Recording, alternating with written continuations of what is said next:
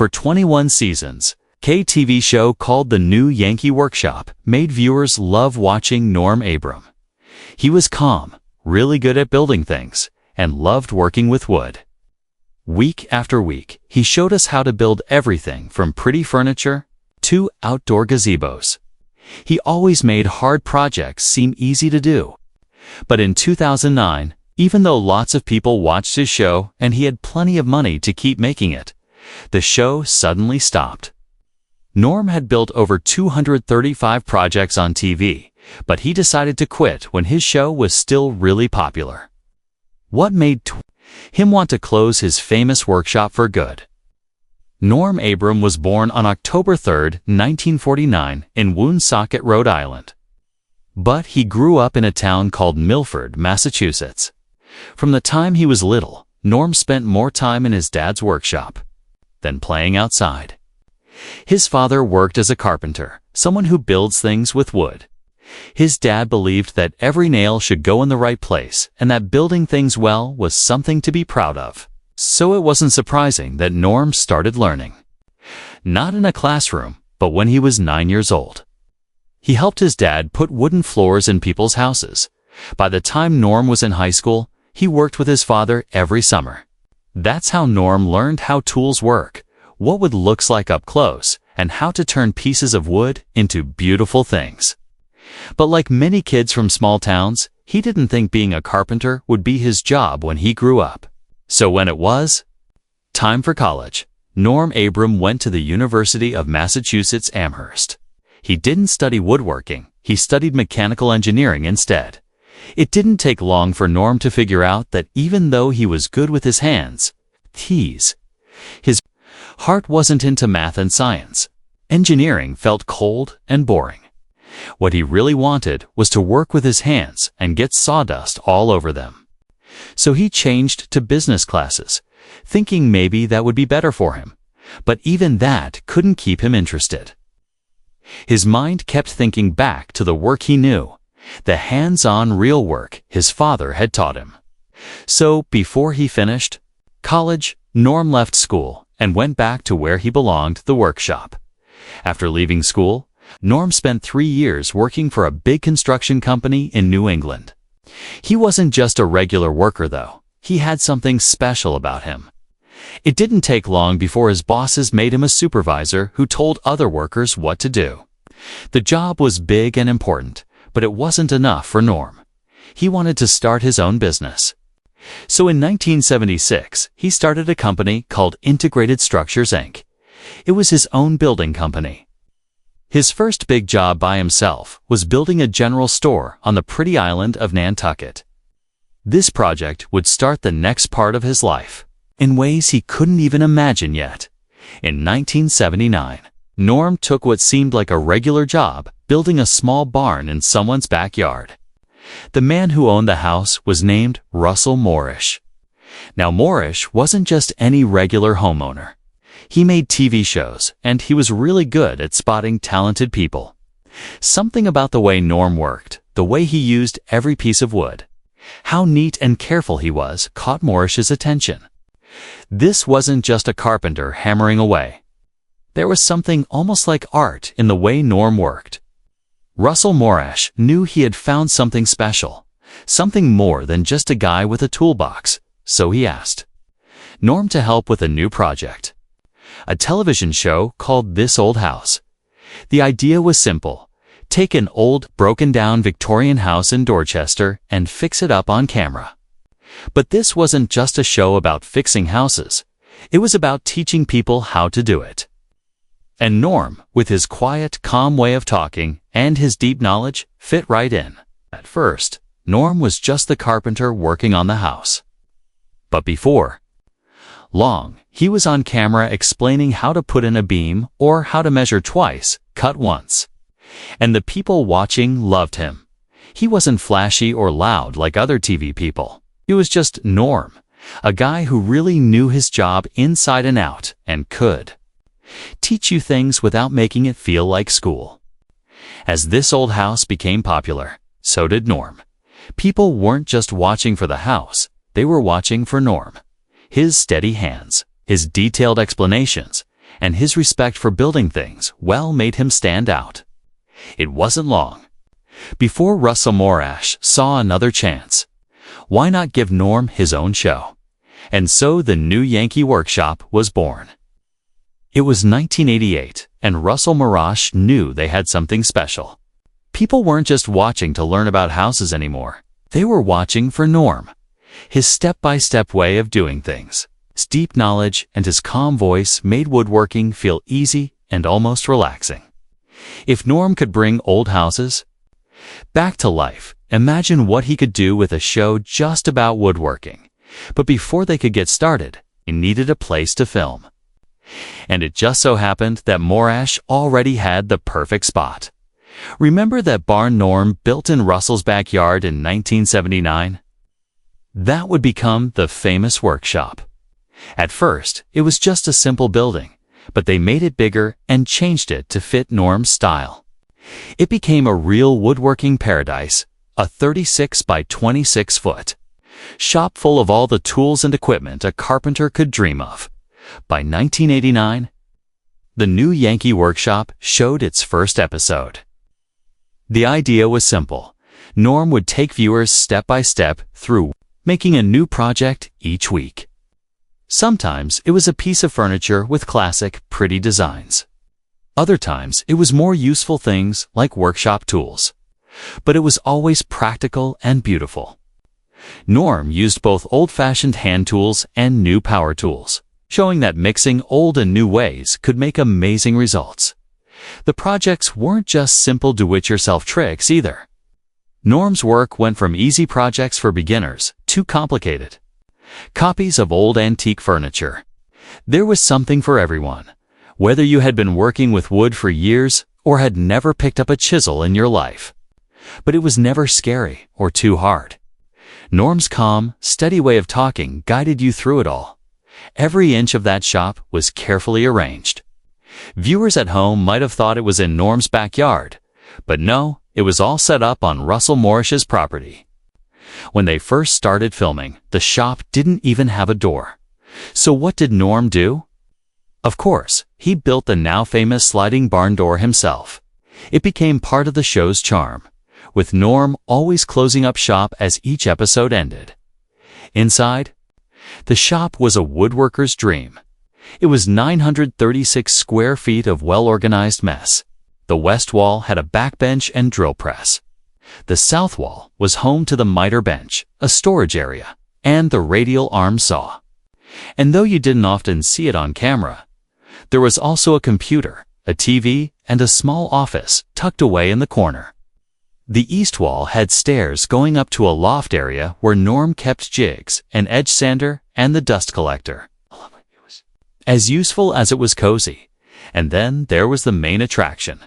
The table saw positioned right in the middle of the shop. Around it were tables to support wood, a large table for putting projects together, and every tool a woodworker could need. The northeast corner had the finishing room where Norm brought his projects to life with smooth coats of varnish or paint. Everything had its place. Everything had its purpose. And that's how Norm liked it.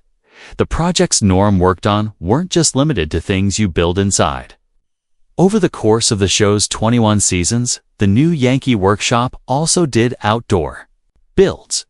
Norm made gazebos, sheds, greenhouses, and even a small sailing boat. He built fences, flagpoles, and mailboxes. If it could be built out of wood, Norm could make it, and he did it right there on camera. And it wasn't just about the projects. Norm took viewers on little field trips, visiting historical places, museums, and shops to get ideas for his builds. He'd study how an antique chair was made, or look at the joints on an old cabinet. Then he'd go back to his shop and make it again, adding his own modern twist. For Norm, the show wasn't just about showing off how good he was. It was about teaching. He explained every step, from picking the right wood to putting on the final coat of finish. He didn't just show you how to build something. He gave you the confidence that you could do it yourself. That was Norm's magic. He made hard things feel simple. And if you paid close attention, you'd learn that there was a rhythm to the work. measure, cut, smooth, fit, by the time the new Yankee workshop ended. Norm had built over 235 projects on camera. Each one was different, but each one had the same careful attention to detail and good craftsmanship. The show got plenty of recognition, too. It was nominated for multiple Daytime Emmy Awards, including Outstanding Service Show and Single Camera. Editing people across America and beyond had found something special in Norm Abram and his little workshop. And as the door of that famous shop slid closed at the end of each episode, you knew that next week you'd be right back learning something new from the man who made it all look so easy. But all good things come to an end. On October 16, 2009, WGBH Boston announced that no new episodes of the new Yankee Workshop would be made. Norm Abram had decided to step away from the show.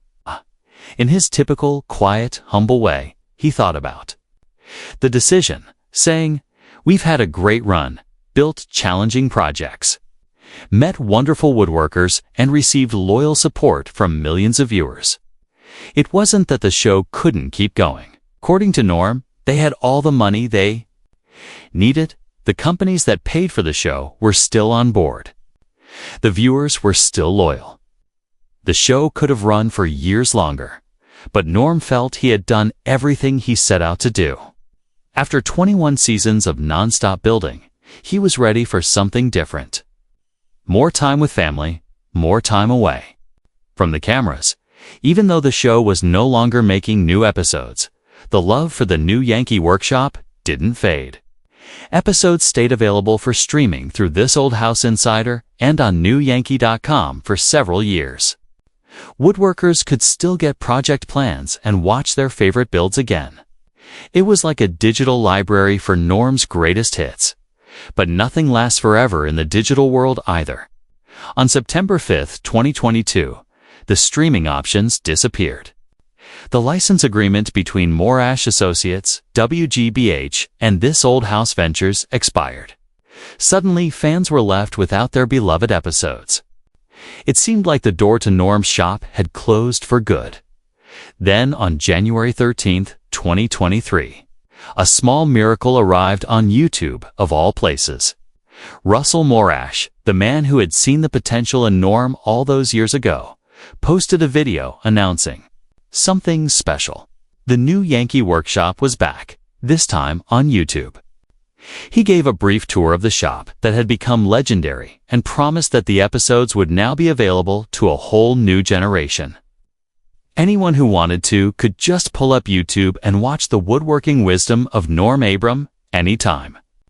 Anywhere. The announcement was a gift to fans both old and new. Morash closed his video with a simple message of joy, saying, "It's all there, and it's all for you to enjoy, and I certainly hope you do." Beyond the new Yankee Workshop and This Old House, Norm Abram's influence stretched far. He wasn't just building houses or furniture, he was building a legacy of good craftsmanship and care. One of his proudest roles was serving on the Board of Trustees at Old Sturbridge Village in Massachusetts.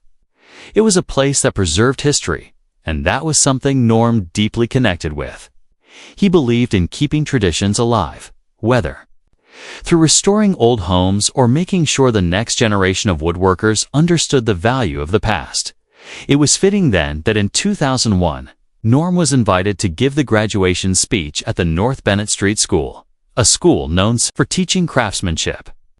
Standing before the new graduates, Norm's message was clear. Craftsmanship isn't just a skill. It's a way of life. Norm didn't stop at speeches. He was hands-on in inspiring the next wave of builders, especially through programs like Generation Next, which aimed to bring younger people into the building trades. Norm understood the need for new people in the industry. He had started young, working alongside his father, and knew how important it was to grow that same love for the craft in today's kids. To him, woodworking wasn't just a job, it was a calling. And if he could help even a few kids pick up a hammer, he'd consider that time well spent. But for all his serious dedication to craftsmanship, Norm had a lighter side too. He even found his way into pop culture. In the quirky animated show Freakazoid, Norm voiced himself in an episode called Normus, where the villainous Loeb kidnaps him to build a special wooden weapon. There was a bit of humor in seeing this. Gentleman thrown into such a wild scenario, but it worked. Norm always had a way of making things work, even if it was just for laughs. And it wasn't just Freakazoid. Norm made cameos in all kinds of places you might not expect. Popped up on Between the Lions and Where in the World is Carmen Sandiego. There were even Foot Locker commercials titled House of Hoops, starring Norm. Wherever Norm went, his plaid shirt and easygoing style followed. Speaking of that plaid shirt, it became more than just a clothing choice. It was a trademark. People associated it with him, a symbol of Norm's known sense, reliable nature. His presentation style was just as well known as the projects he built. Always soft-spoken, always calm, Norm made woodworking seem like the most peaceful thing in the world. He had a way of breaking down even the most complex tasks into manageable steps, and his delivery made viewers feel like they could do it too. But Norm didn't just focus on the how. He was serious about safety. Every episode began with a reminder. Safety glasses. Every cut, every move was done with care. Norm drilled into his viewers the importance of focus. No distractions, no cutting corners, no rushing when tired. To him, safety was as much a part of the process as the woodworking itself. For all of this, Norm earned recognition in ways that went beyond woodworking. In 2009, the American Academy of Ophthalmology awarded him their EyeSmart Distinguished Service award. It wasn't for his craftsmanship, but for his commitment to eye safety. To them, Norm was an advocate for preventing injuries in the workshop. Then, in 2018, Norm received the Ken Burns Lifetime Achievement Award. Filmmaker Ken Burns and Old Sturbridge Village honored Norm for his impact on the arts, specifically for preserving the kind of history the village worked to protect. In June of 2022, the National Academy of Television Arts and Sciences paid tribute to Norm's influence by honoring him and This Old House with a Lifetime Achievement Award at the 49th Annual Daytime Emmy Awards. After more than 40 years on television, Norm had cemented his place as a legend in the industry. And then, in May 2022, it was announced that Norm would be stepping away from This Old House after 43 years. Over 1,000 episodes and countless renovation projects, Norm was retiring. His departure marked the end of an era, but it was clear that his legacy would live on as part of his farewell. PBS aired a special tribute titled The House That Norm Built. It was a celebration of his career, one that not only told the story of his contributions to the home improvement genre, but also highlighted the relationships he built along the way. Colleagues, friends, and even celebrities gathered to honor the man who had inspired so many.